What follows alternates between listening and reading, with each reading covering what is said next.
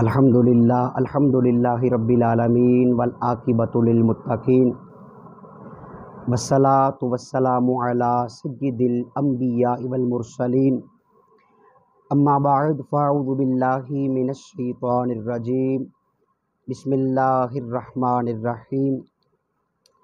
قال اللہ تبارک و تعالی فی کتابہ المجید قد افلح من تزکا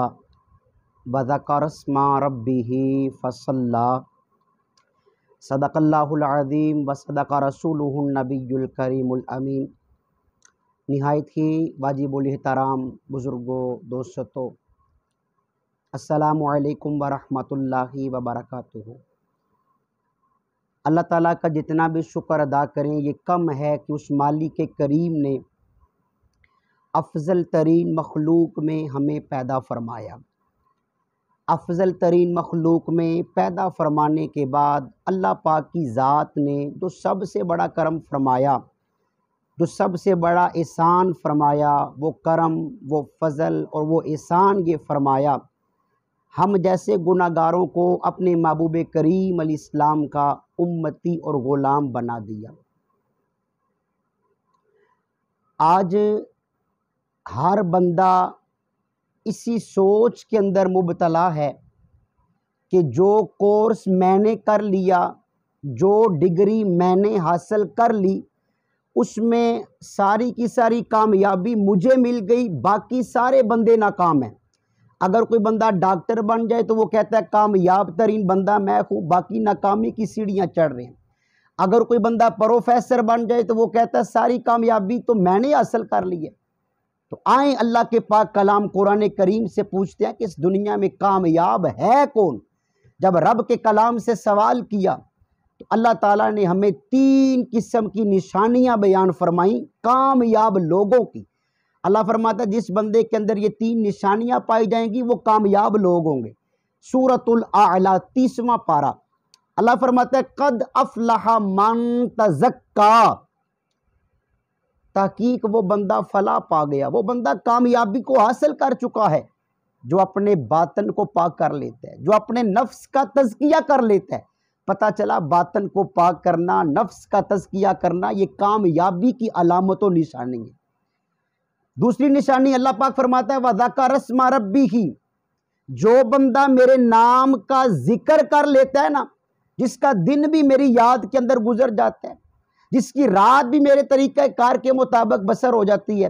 اللہ فرماتا ہے وہ بندہ بھی دین و دنیا کی کامیابیاں حاصل کر لیتا ہے۔ تیسرے نمبر پہ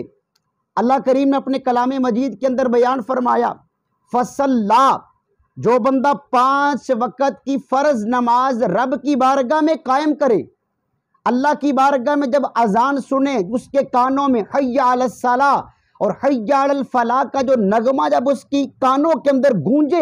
تو وہ فوراً اٹھ کے تازہ وضو کر کے رب کے گھر کی جانب سفر شروع کرے، نماز کو قائم کرے، نماز کو ادا کرے۔ اللہ فرماتا ہے یہ 3 وہ نشانیاں ہیں، اگر کوئی بندہ اپنے باطن کو پاک کر لے، اگر کوئی بندہ میرے نام کا ذکر کرے، اگر کوئی بندہ نماز کی پابندی کرے، اللہ کریم فرما رکھا ہے وہ بندہ کامیابیوں کی سیڑھیوں پہ چڑھ چکا ہے، وہ کامیابی حاصل کر چکا ہے۔ ہم اپنے اوپر غور کریں، ماہ رمضان کی برکتوں والے دن ہیں، عظمتوں والی گھڑیوں کے اندر بھی ہمارے دلوں کے اندر مسلمانوں کا بغض ہوتا ہے، مسلمانوں کا حسد، کینہ، تکبر،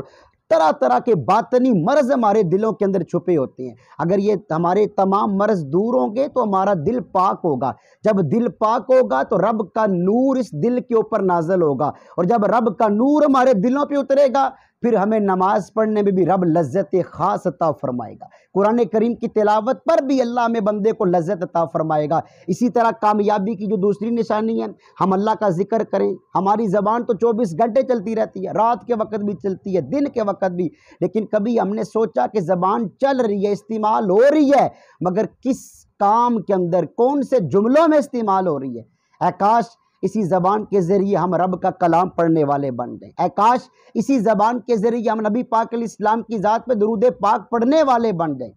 اور 5 وقت کی نماز کے بارے میں ہم اپنے اپنے گھروں میں جائزہ لیں کہ میں اگر گھر کا سربراہ ہوں، میرے گھر والے کتنی نمازیں پڑھتے ہیں، کون کون پابندی کر رہا ہے، کون کون فرض نماز میں سستی کر رہا ہے۔ میرے محلے کی مسجد کے اندر کتنے نمازی آ رہے ہیں، ان لوگوں کو دین کس نے سکھانا ہے، نمازی کس نے بنانا ہے؟ ہم نے بنانا ہے۔ اور اگر ہم خود کی بے نمازی ہوں گے تو دوسروں کو نماز کا درس کیسے دیں گے؟ جب خود ہی ہمارا کسی بات پہ عمل نہیں ہوگا تو دوسروں کو ہم کیا پیغام دیں گے؟ تو یہ کامیابی کی بڑی آسان ترین نشانیاں اللہ پاک کی ذات نے جو کلام مجید میں بیان فرمائی، میں نے آپ تک پہنچائی۔ اللہ کریم ہمیں نبی علیہ السلام کے صدقہ پاک سے ان نشانیوں پر عمل کر کے اللہ کی بارگاہ میں کامیاب بندہ بننے کی مولا ہمیں توفیق نصیب فرمائے۔